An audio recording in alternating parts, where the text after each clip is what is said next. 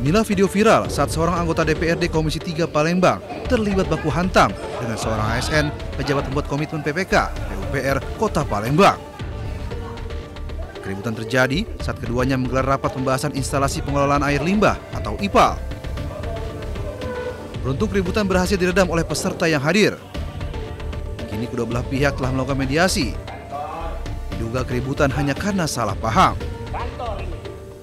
Sahabat baik saya Ruby dengan tim kami adik, alhamdulillah bertabayun, tidak ada masalah apapun, hanya kesalahpahaman.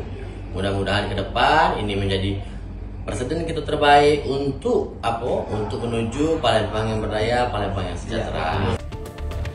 Sudah seharusnya wakil rakyat dan pejabat pemerintah memberikan contoh yang baik bagi rakyat. Dari Palembang, Sumatera Selatan, Guntur melaporkan.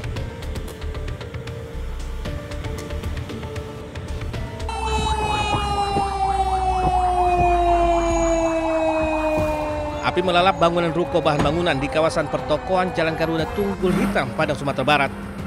4 unit damkar dikerahkan guna mengendalikan api yang berkobar. Petugas sempat mengalami kesulitan memadamkan api lantaran kondisi bangunan yang terkunci hingga terpaksa dijebol. Api baru dapat dipadamkan setelah 1 jam kemudian. Akibat kebakaran ini seorang pemilik ruko, Roni, tewas terjebak di dalam bangunan. Jasad korban dievakuasi ke Rumah Sakit Bayangkara Polda Sumbar guna proses otopsi. Kebakaran juga terjadi di kawasan padat penduduk di Jalan Kebonana Selatan, Jatinegara, Jakarta Timur. Akibatnya 6 rumah hangus dilalap si jago merah. Kebakaran diduga akibat korsleting listrik dari salah satu rumah yang menjadi tempat catering. Tidak ada korban jiwa dan api bisa dinyalakan 1 jam kemudian dengan menerjunkan 10 unit mobil pemadam kebakaran. Sementara itu di kawasan Pasar Kemis, Tangerang, Banten, gudang limbah busa juga hangus dilalap api. Banyaknya bahan mudah terbakar membuat api cepat membesar dan meludeskan seluruh isi dan bangunan gudang. Warga sekitar sempat panik hingga berhamburan keluar rumah dan mencoba memadamkan api dengan alat seadanya dan menyelamatkan barang miliknya. Api baru padam setelah 3 jam dengan mengerahkan 5 unit mobil pemadam. Diduga kebakaran akibat korsleting listrik. Tim Liputan iNews melaporkan.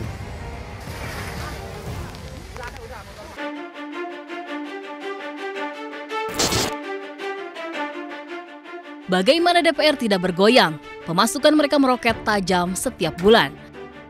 Angkanya tembus 230 juta rupiah. Angka ini belum termasuk uang tunjangan rumah 50 juta setiap bulan juga. DPR memang membantah gaji mereka tak naik, yang naik tunjangannya.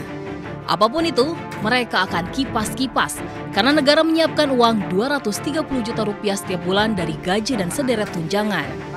Banyak suara protes karena cuan yang didapat DPR setiap bulan tak sebanding kerjanya. Apalagi kenaikan gaji atau tunjangan atau apapun namanya justru terjadi saat negara sibuk gembar-gembor efisiensi. Coba bandingkan gaji wakil rakyat ini. Gajian satu anggota DPR setiap bulan sama dengan 44 gaji upah minimum Jakarta yang 5 jutaan atau 101 kali UMR Jateng yang cuma 2.100.000. Gajian wakil rakyat melambung 43 kali gaji guru PNS. Bandingkan lagi dengan gajian anggota DPR di luar negeri. Di Amerika hanya 11 kali upah, sementara Inggris cukup 4 kali dari upah minimum warganya. Soal cuan segar per bulan para wakil rakyat membuat warga gang sempit di Jakarta jengkel. Tapi warga tetap saja berharap ada yang peduli nasib mereka. Karena barangkali melihat gajian DPR setiap bulan, warga cuma bisa jengkel sambil sedikit berharap kena cipratan nasib. Dari Jakarta, tim Liputan iNews melaporkan.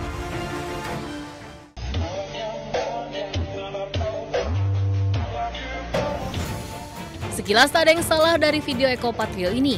Eko bikin parodi DJ dengan tulisan joget lebih keren pakai sound ini aja. Tapi warga geram, Eko dianggap menantang. Eko sedang menuai kritik karena berjoget asik usai sidang tahunan MPR RI bersama rekannya sesama wakil rakyat pekan lalu.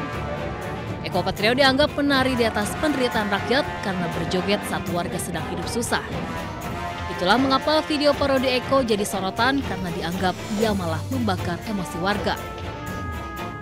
Eko pun minta maaf, katanya tak punya maksud apa-apa, apalagi menantang warga. Pembuatan video hanya perkara pembubaran panitia 17-an. Saat sidang tahun MPR, Eko memang tak berjoget sendiri. Ada juga artis lain yakni Uya Kuya yang ikut bergoyang. Eko juga klarifikasi momen ia joget ini spontan dan ingin apresiasi musisi yang tampil begitu sidang MPR selesai.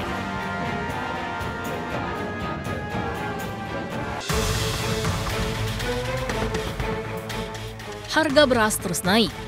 Beras kualitas bawah 1 yang biasa dikonsumsi masyarakat menengah bawah kini dijual seharga Rp14.700 per kilogram. Naik Rp1.000 dibandingkan awal Januari sekitar Rp13.850 per kilogram. Menurut pedagang, kenaikan harga beras terjadi bertahap dalam 8 bulan terakhir. Sementara beras SPHP Bulog seharga Rp12.500 per kilogram sulit didapatkan. Merespon hal itu, Menteri Pertanian Amran Sulaiman mengakui harga beras sempat naik sedikit. Padahal menurutnya kenaikan Rp1.000 tergolong sedikit dibandingkan Jepang yang sudah mencapai Rp100.000 per kilogram. Sekarang ini baru naik saja sedikit, ribut. Jepang sudah Rp100.000 per kilo, Bu Ketua. Harga beras hari ini. Nah, ini kita jaga. Nggak bisa dibandingkan dengan Jepang, income per kapita kita juga udah lain, Pak. Untuk meredam kenaikan harga, pemerintah menggelontorkan beras SPHP Bulog sebanyak 6.000 ton per hari di 15 provinsi dari awalnya hanya 3.000 ton per hari. Distribusi SPHP akan terus dinaikkan hingga 1 juta ton per hari. Tim Liputan iNews melaporkan.